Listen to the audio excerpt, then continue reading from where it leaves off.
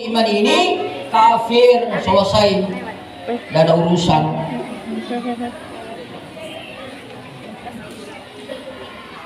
Siapa yang tidak percaya Allah? Kafir. Siapa yang tidak percaya malaikat? Kafir. Siapa yang tidak percaya kitab-kitab Allah? Kafir. Siapa yang tidak percaya Rasul-Rasul Allah? Kafir.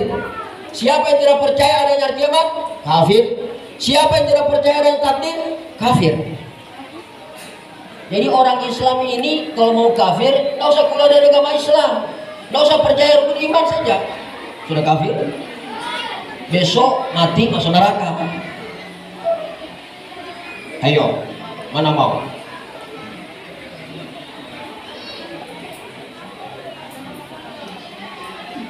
Kita ini orang apa?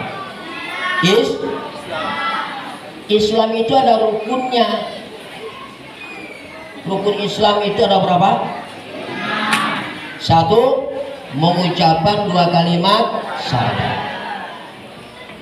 Dua, mendirikan. Ketiga, membayar zakat. Keempat, berpuasa di bulan Ramadan. Kelima, naik haji bagi yang mampu, bagi yang bisa. Bagi yang ada duit, yang tidak ada duitnya tidak diwajibkan. Kita orang Islam, salah satu rukun tidak dikerjakan, batal Islamnya. Orang banyak yang batal Islamnya. Nah, sembahyang maghrib tidak, sembahyang isya tidak, sembahyang subuh apalagi, mana di jam 7 baru bangun. Sembahyang dohor, dah sembahyang asar, dah juga sembahyang. Laki-laki nggak pernah sembahyang Jumat. Ya Allah, bagaimana Islam mau masuk surga langsung kalau begini? Pasti dimampir ke neraka dulu ini kalau begini-gini. Nah, jadi kita umat Islam ini mengamalkan setidak-tidaknya sholat. Yang ketiga, ada namanya akhlak. Kalau Islam itu indah, nyaman, enak dipandang orang, kita harus berakhlak. Allah memandang orang Islam yang berakhlak senang.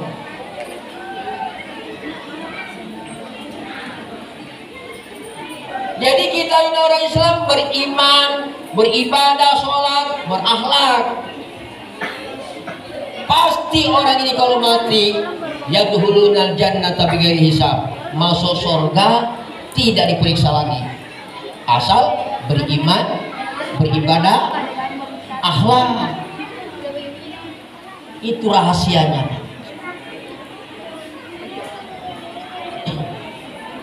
Lihat,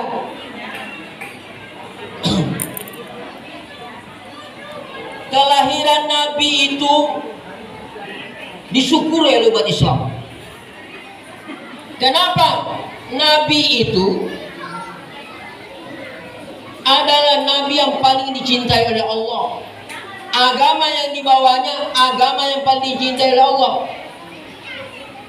Wa may yabtaghi ghairal Islam dinan fala yuqbal minhu wa huwa fil akhirati minal khasirin. Siapa yang mencari agama selain Islam, Allah tidak akan terima agama itu. Nanti dia orang ini di hari kiamat pasti merugi. Maka itu hati-hati, jangan keluar dari agama Islam. Ada orang Islam kan gara-gara miskin keluar dari agama Islam, gara-gara mencintai cowok yang ganteng-ganteng yang banyak hartanya keluar dari agama Islam. Bukan apa, bukan kita mengolok-olok agama lain. Tahankah mereka itu di neraka? Tidak. Masalahnya di situ. Kita tidak boleh mengolok-olok agama lain, tidak boleh.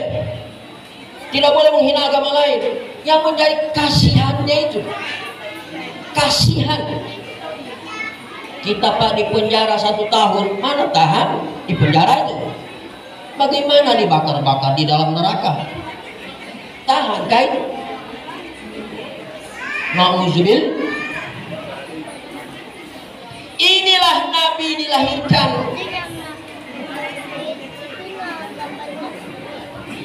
Nabi kita dilahirkan pada tanggal 12 Rabiul Awal. Begitu beliau lahir, dinamai Muhammad. Tahu itu Muhammad itu? Muhammad itu orang yang terpuji. Makanya itu kalau nama Muhammad itu harus bagus-bagus akhlaknya, jangan tidak bagus. Muhammad orang terpuji, tapi kelakuannya tidak terpuji. Ya itu kadang-kadang kita itu ya tidak mengerti itu. Tapi bukan cuma nama Muhammad, kita namanya orang Islam itu harus berakhlak juga. Kita mengikuti Muhammad, namanya tidak harus sama, tapi mengikuti akhlaknya harus sama. Biar nama yang baik, kalau akhlaknya tidak baik, ya tidak baik. Karena apa? Allah itu menilai perbuatan kita.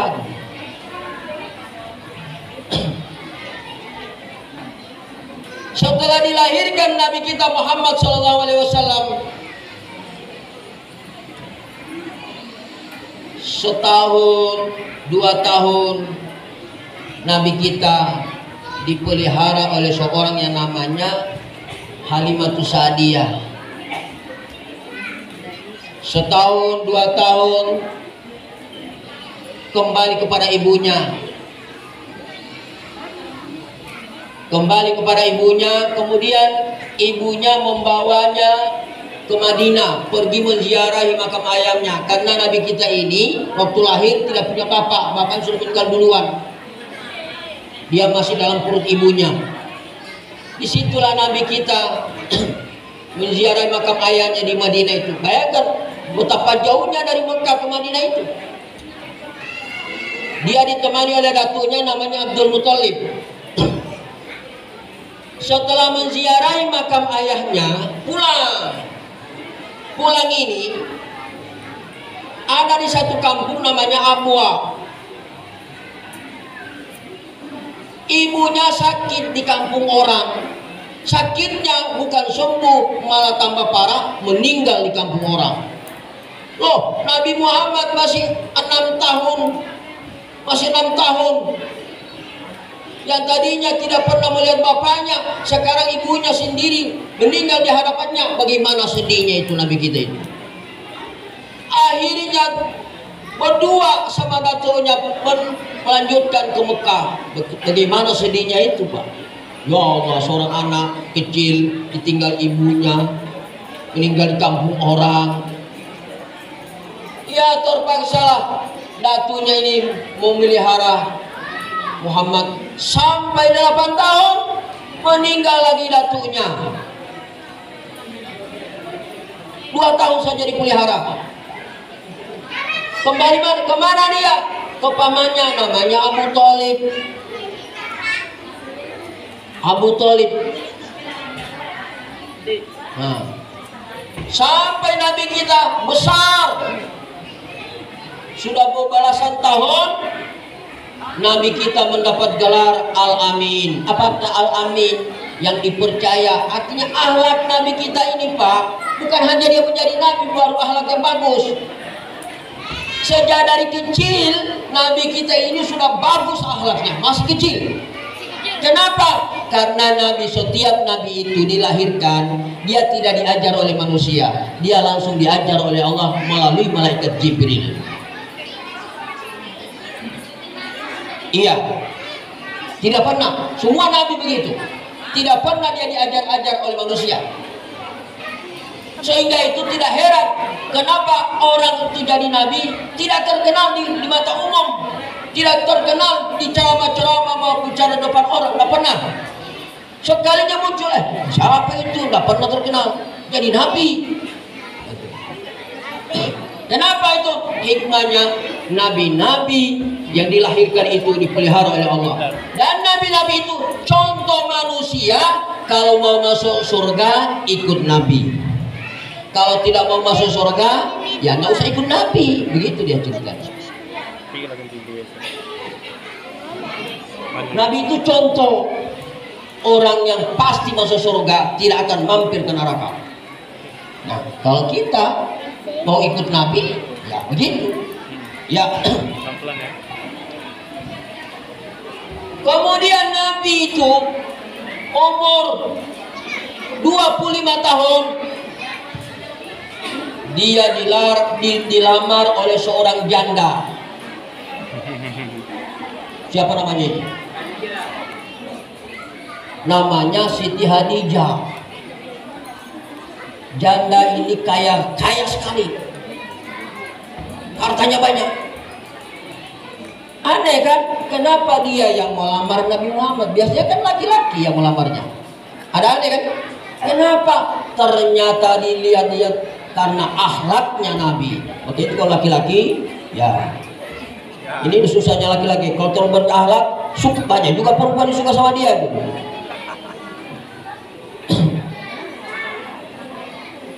Jadi menikahlah dia dengan Siti Hadijah. Siti Hadijah umurnya 40 tahun. Dia umurnya 25. Nah, berapa anak dari pernikahan dengan Siti Hadijah? Siapa tahu? Nah, ini keluarga orang ditaunya semua, mulai bapaknya, nabinya ditahu semua. Nabi kita Muhammad gak dia tahu. Berarti tidak mengenal Nabi Muhammad betul ini. Nah, iya kan? Anak Rasulullah itu 6 dari Siti Hadijah. Namanya pertama Qasim. Yang kedua namanya Abdullah. Perempuan 4. Satu namanya Ruqayyah. 2 namanya Zainab. 3 namanya Ummu Kalsum. 4 namanya Siti Fatimah. Nah itu 6. Jadi bayangkan nih, 6 istri anaknya Nabi kita itu. Yang laki-laki meninggal semua sejak kecil dan sampai besar. Yang bertahan sampai menikah itu ya 4 ini. Nah itu sekalian. Umur 40 tahun Nabi kita diutus oleh Allah menjadi Nabi dan Rasul. Ini heboh. Heboh di masyarakat. Apa hebohnya? Kok Nabi nggak tahu baca, nggak tahu menulis, kok diangkat jadi Nabi? Orang herannya di situ loh. Nabi kita ini kalau disuruh membaca Quran, nggak dia tahu baca. Tapi kalau kamu baca Quran, dia mendengar, dia tahu salahnya. Aneh kan? Anehnya di situ. Kenapa? Karena Nabi Muhammad diajarin oleh Allah. Gurunya Allah lewat malaikat Jibril. Kita ini kalau tidak diajari manusia bodoh terus sampai mati.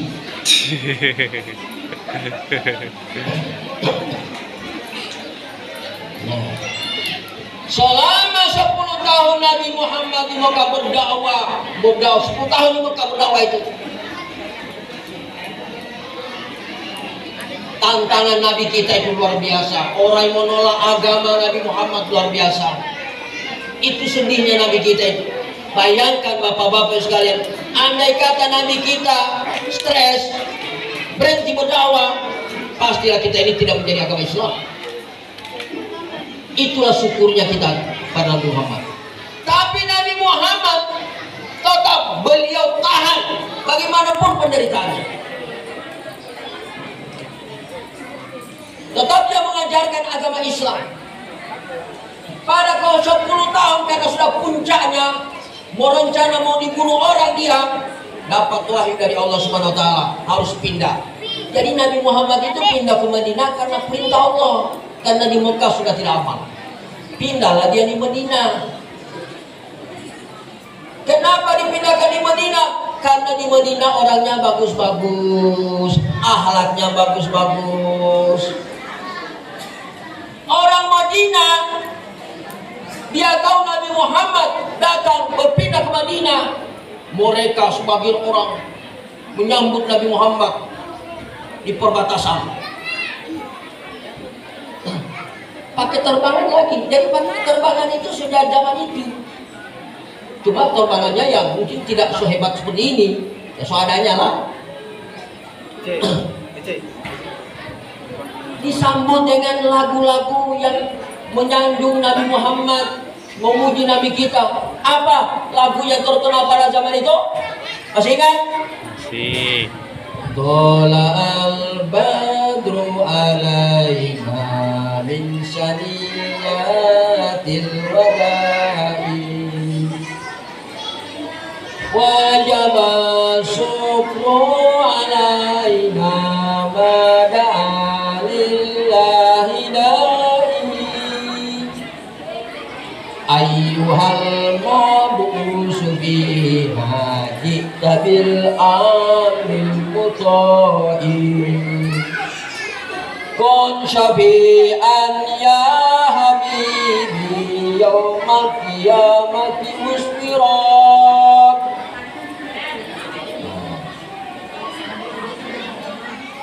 Apa artinya? Bulan purnama sudah terbit pada kami. Wajib kami mentaati dan mendengar. Bayangkan itu sambutan orang Madinah itu. Orang datang, kami wajib datang menghormati dan mentaati. Karena mereka tahu nih Muhammad seorang nabi. Dia sudah berdoa, wahai seorang kekasih Allah, kami mentaatimu, maka berilah kami syafaat di hari kiamat. Makanya ketika ini Pak, ada yang diberi syafaat oleh Nabi dengan syarat mencintai Nabi. Tak mencintai Nabi itu bukan pakai mulut doang. Muhammad, I love you. Cukup aja? Cukup? Nah, saya cinta kau Muhammad. Orang kita ini, boleh saja kita ini semua menyatakan cinta kepada Nabi Muhammad. Yang menjadi pertanyaan, apakah cinta kita itu dibalas apa enggak? Itu masalahnya. Kenapa? Kalau cinta kita dibalas oleh Nabi, kita di hari kiamat berkumpul bersama Nabi, diberi syafaat oleh Nabi. Inilah yang kita harapkan. Makanya itu semangat Maulid ini, bagaimana kita ini menjalankan ajaran agama Muhammad, syariat Nabi Muhammad dijalankan dengan sebaik-baiknya sampai kita meninggal dunia. Begitu di akhirat kita dikumpulkan bersama Nabi Muhammad Sallallahu Alaihi Wasallam. Ya. Cuma sayangnya Pak, dunia ini memang sudah beginilah. Tempat orang bebal, tempat orang teka, tempat orang keras hati. Ya dunia ini ada orang yang didakwakan, tidak mendengar. Orang dinasihati tidak mendengar. Kadang-kadang di dalam rumah tangga suami menasihati istrinya, istrinya cuma memberontak. Ada yang terbalik, istrinya bagus, suaminya bagus, dinasihati oleh istrinya, apa jawaban suaminya? Tak usah kau ceramah. Belum lagi ibu dan bapak stres melihat anaknya bebal semua, tidak mendengar. Dia senang dengan orang, tapi tidak mencintai ibu bapaknya. Inilah hidup di dunia ini sekarang.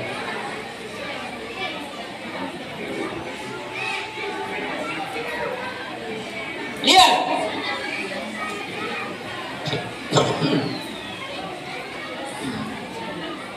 Nabi mengingatkan pada kita 3 peringatan. Ya, peringatan Maulid Nabi. Nabi memberi peringatan pada kita 3 saja. Saya bawakan di sini. Tidak usah banyak-banyak. Kalau terlalu banyak sampai sore dah habis.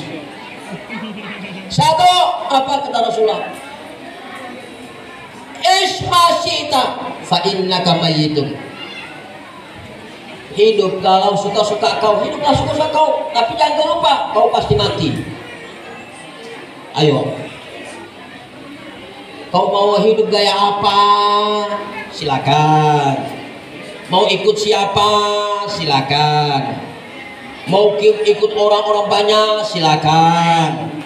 Mau mengikuti caramu sendiri? Silakan, bebas. Tapi jangan kau lupa, kau pasti mati.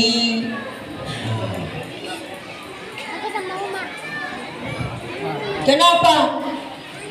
Karena orang mati itu dia ada dua, kalau bukan di surga atau di neraka. Makanya itu Bapak suka, kalau saya tanya mau masuk surga, mau masuk surga, Mau. harus mati dulu. Itu gunanya mati. Siapa bilang mati itu tidak ada gunanya? Orang sekarang mengatakan, mana ada mungkin masuk surga. Iya, Bapak tidak mati, bagaimana? Ada lagi menentang, mana ada neraka itu, tidak ada neraka itu. Iya, kau tidak mati, bagaimana kau mencari neraka? Di Mantalapan tidak ada, neraka di sini. Ya harus mati. Itu gunanya orang mati. Makanya itu karena kita mati, hidup kita itu harus tata dengan sebaik-baiknya. Bagaimana sebaik-baiknya? Menurut Islam. Bagaimana menurut Islam? Kalau kita tidak sempat dengar ceramah, ya, seorang istri dengar nasihat suaminya, maka itu suami itu harus pandai agama. Jangan suami tidak datang pandai agama, mengerti agama. Suami itu rajin belajar agama supaya nanti dia pulang ke rumah mengajarin istrinya. Sebab apa? Kalau istri tidak pernah diajari oleh orang lain, suaminya wajib mengajarkannya.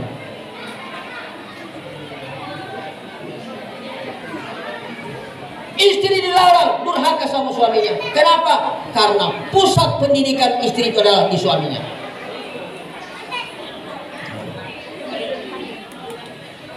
Pendidikan ini, suami harus menjadi orang baik, pendidikan kepemimpinannya harus bagus, bertanggung jawab sungguh-sungguh, memberi nafkah tanpa ditanya-tanya.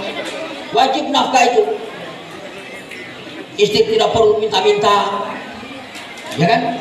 Nah, kalau sudah seperti ini suami itu wajib, istri itu wajib taat. Ya. Al-mar'atu sholihah iza shalla hamsuha wa shoma ramadan wa fajjabat duha wa ta'ata syukra tuftahu alaihi abwabul jannah samania. Perempuan yang mana kalau dia sudah sembahyang 5 waktu, ini perempuan ya, perempuan mana kalau dia sudah sembahyang 5 waktu, datang bulan Ramadan dia pasti puasa Ramadan, kemudian dia jaga dirinya sebagai seorang istrinya orang. Saya ini istrinya orang. Nah, jangan pamer depan orang. Ini sekarang banyak pamer dirinya padahal sudah punya suami. Sekalinya suami tidak ada, wow, dia kejar kesempatan. Lihat di HP itu, ya kan? Ya kan? Di YouTube, ya kan? Ya. Itulah. Hati-hati, jangan ibu-ibu termakan cara-cara di HP itu. HP itu kalau kita tidak punya iman, kita semua ikut-ikutan masuk neraka. Istri tidak ada suaminya, dia pergi menggoda orang, atau orang lain datang menggodanya. Kalau mati kau, selesailah kau itu. Tidak ada harapan. Biar kau sembahyang, biar kau puasa, biar kau pergi haji, berzakat setiap tahun, berdemar setiap tahun. Kalau berzina 1 kali, selesai. Iman dicabut oleh Allah SWT. Hati-hati. Maka itu siapa yang pernah berzina, ya, saya tidak tahu siapa orang, tapi siapa yang pernah berzina di antara kita ini, bertobat, tobat. sebentar kita mati. Kalau sudah mati, pastilah kesalahan itu terbayang tuh. Aduh, kenapa saya aku berzina ya Allah? Itu dalam kubur menunggu hari kiamat begitu terus. Kenapa saya pergi menggauli istri orang ya Allah? Kenapa saya aduh? Kenapa pergi berselingkuh? Pada saya sudah punya pasangan. Penyesalan saja itu menunggu di hari kiamat karena neraka tempatnya sudah diperlihatkan oleh Allah Subhanahu Wa Taala. Maka itu Rasulullah SAW, kalau kau mau hidup bebas silakan, tapi jangan kau lupa kau mati. Kau mati. Ada di antara kita ini, maulid ini terakhir. Maulid akan datang nggak ada, dikubur. Makanya itu maulid ini betul-betul ajang kesadaran kita.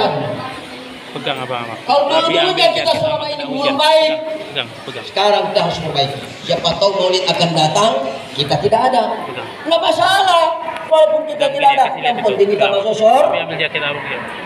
Kalau masuk surga, Pak, begitu kita mau lihat surga tempat kita, di kuburan itu kan diperlihatkan itu surga itu.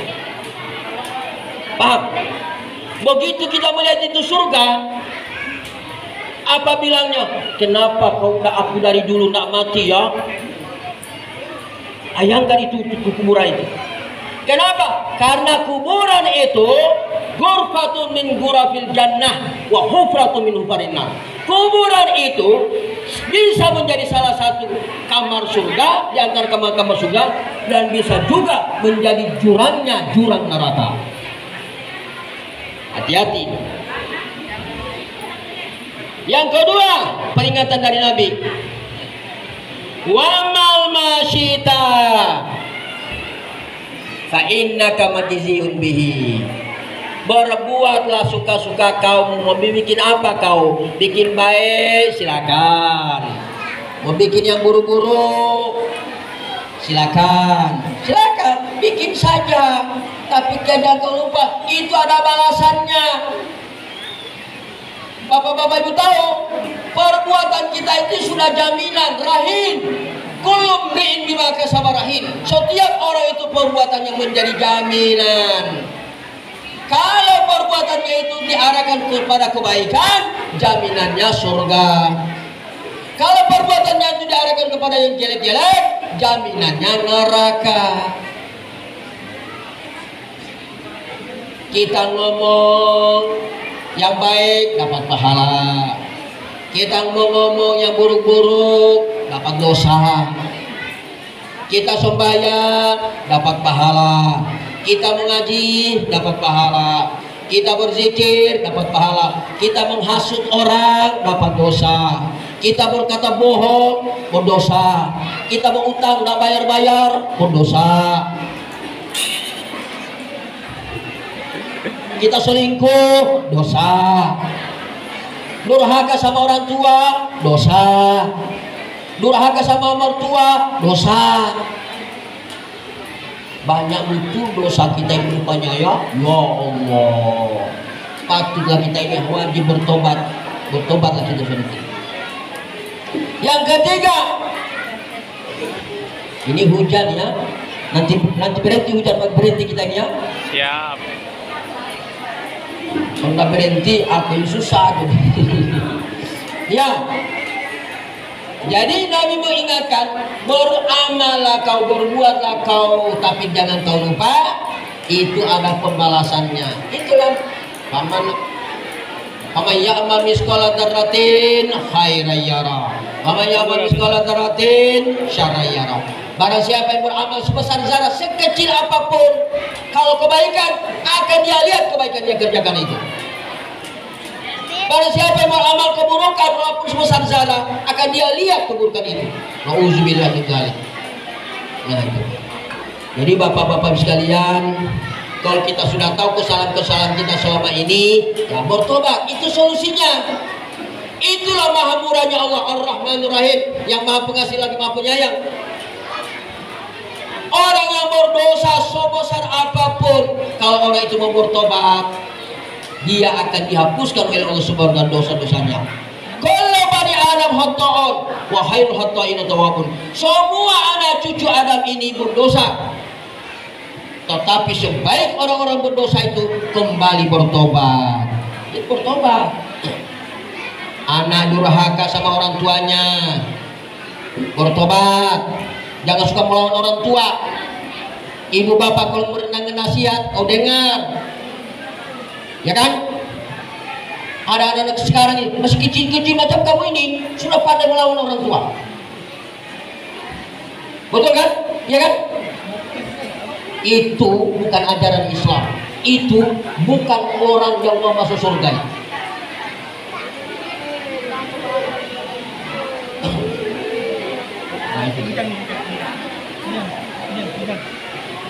Istri banyaknya durhaka sama suaminya, suami banyak khianat sama istrinya. Ya Allah, ini dosa-dosa seperti ini harus cepat kita hilangkan.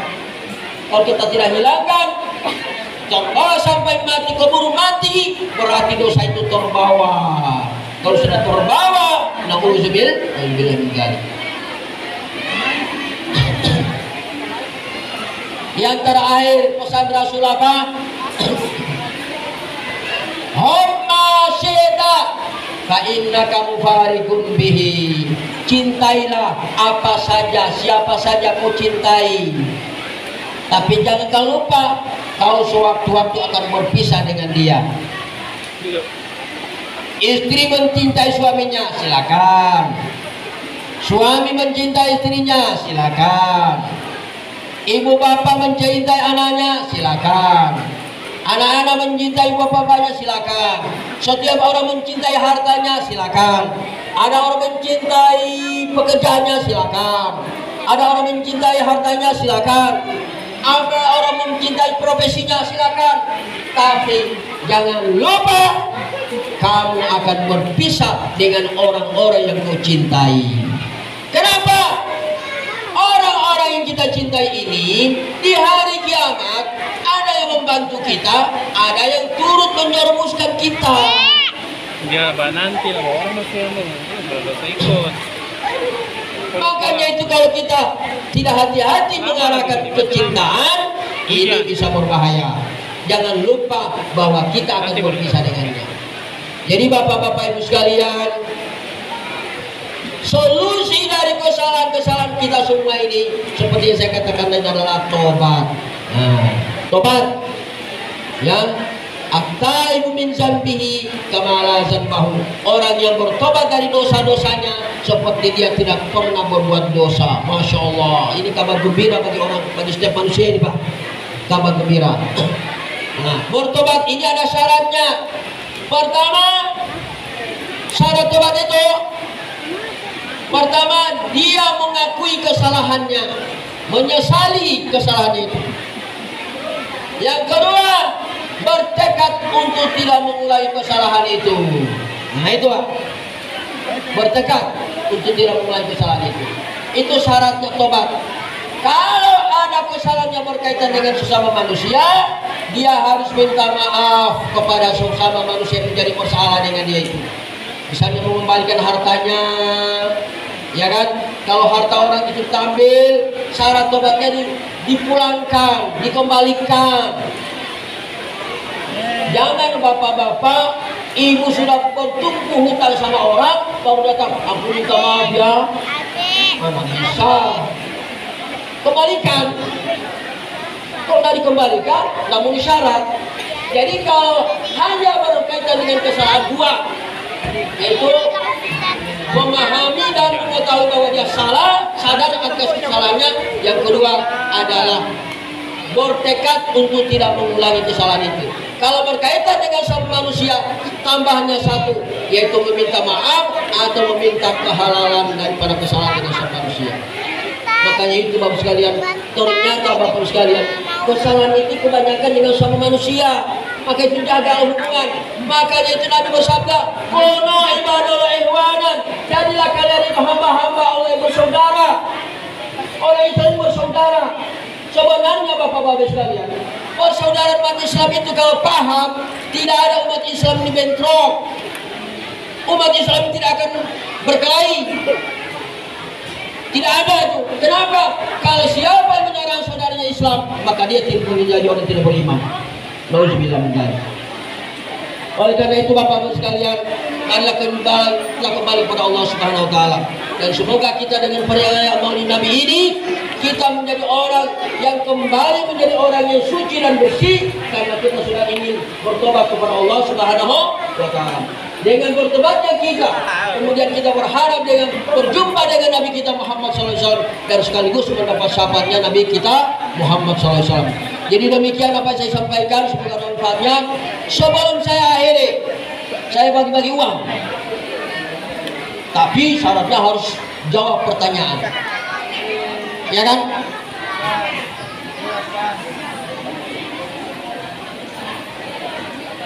Angkat tangan. Siapa yang menjawab pertanyaan saya ini? Angkat tangan. Ada yang berani?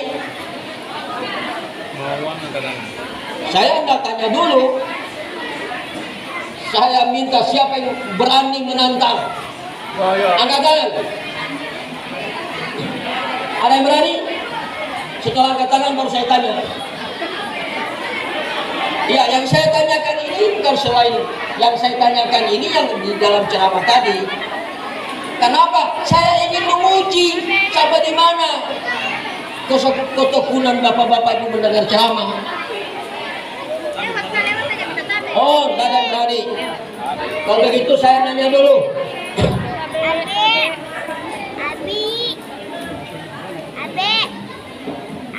Nabi kita itu lahir tanggal berapa, hari apa? Ah, itu. Sini.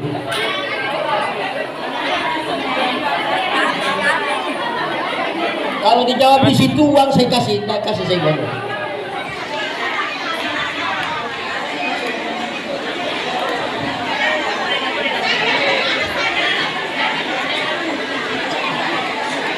Sudah siap? Sekali lagi saya tanya sapu ini. Kalau dia benar, saya kasih uang 50.000. Pertanyaan saya, Nabi kita itu lahir tanggal berapa, hari apa? Rabiul Awal, jatuh pada hari Senin.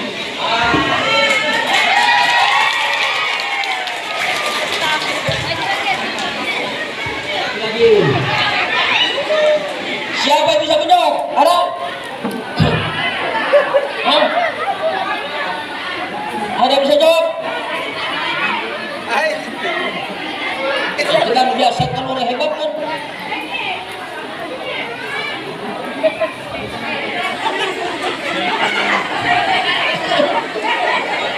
Betul kah ini? Enggak katakan saja. Lihat. Nggak ada yang berani? Angkat tangan. Ya. Kalau begitu saya tanya dulu. Lagi.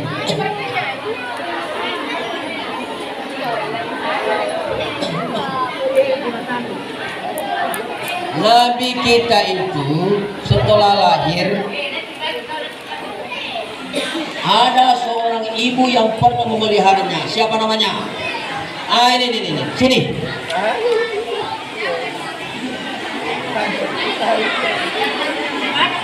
Sini. Ah. Siapa nama seorang ibu yang pernah memelihara Muhammad masih kecil? Aminah. Siti Aminah. Belum pas. Salah.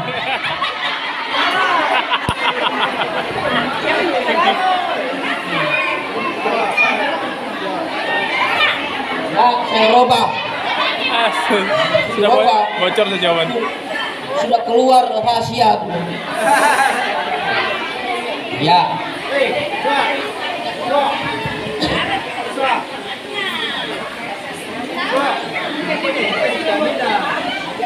Nabi kita itu diangkat oleh Allah berumur berapa tahun?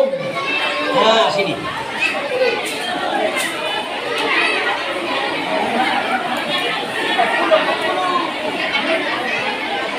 Ini saya nanya angka ya, nanya angka saja ini. Pertanyaan sekali lagi. Oh, Nabi kita diangkat oleh menjadi Nabi dan Rasul pada umur berapa? 40 tahun.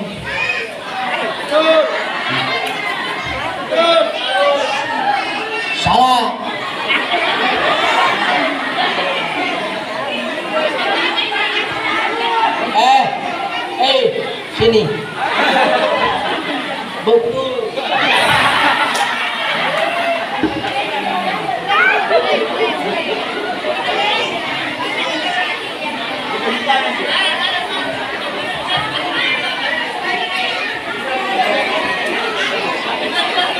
Siapa yang jawab? Ada bisa jawab? Oh, tidak ada bisa jawab. Pertanyaan.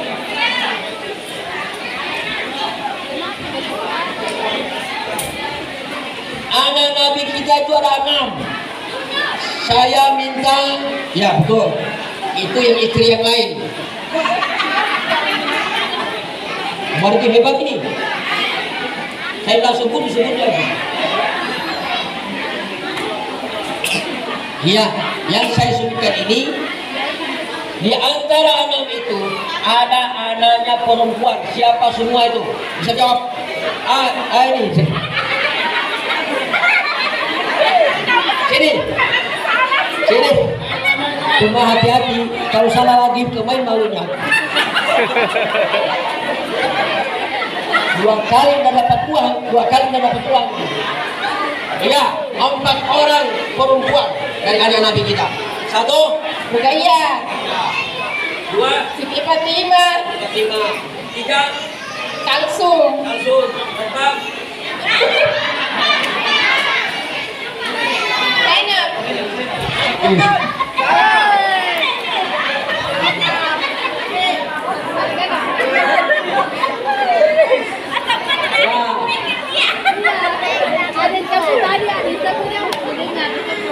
siapa bisa jawab?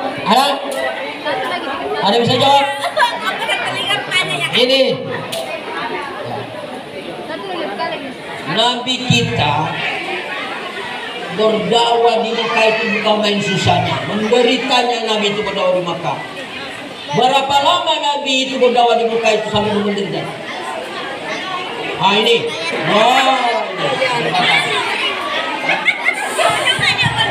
Sebenarnya ada 2 jawaban A sama B, cuman saya ragu-ragu antara 10 atau 13 tahun.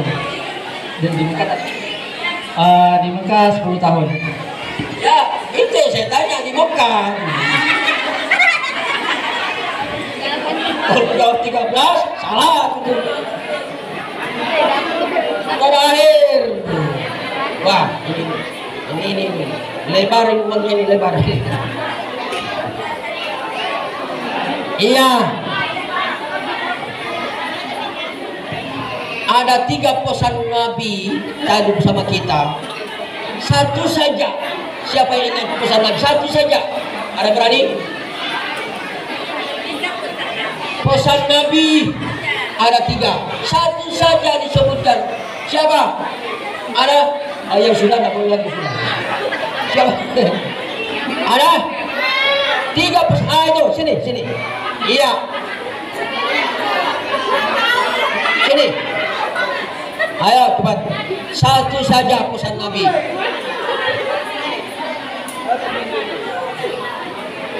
Ya. Sini. Uang di situ nggak ada uangnya. Ya. Ada 3 pesan Nabi ya. 1 aja. Hah? Ya, 100. Ya demikianlah penyampaian saya dan amanat saya sudah sampaikan dari Pak Haji Alamuddin. Semoga dapat berkah dari Allah SWT. Assalamualaikum warahmatullahi wabarakatuh.